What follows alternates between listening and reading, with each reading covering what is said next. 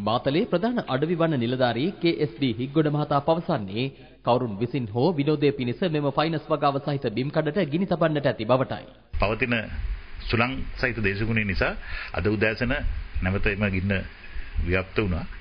ව්‍යාප්ත වෙමින් දැනට පවතින වන සංරක්ෂණ දෙපාර්තමේන්තුවේ මාතලේ අඩවිවනකාරයන්ගේ නිලධාරීන් සමග යුද හමුදාවේ නිලධාරීනුත් රත්තර පොලිසිය නිලධාරීන් සමග දැනටමත් එම ගින්න නිවීමට කටයුතු කරමින් පවතිනවා.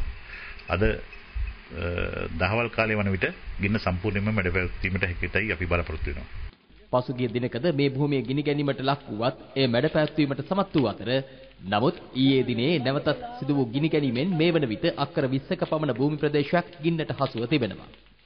මේ වන විට අපදා කළමනාකරන මධ්‍යස්ථානයේ හා ප්‍රදේශයේ සිවිල් ජනතාව සමග රත්තොට පොලිසිය හා ප්‍රාදේශීය සභාවේ නිලධාරීන් එකතුව ගින්න පැතිරී යාම වැළැක්වීමට කටයුතු කරන ආකාරයයි මේ.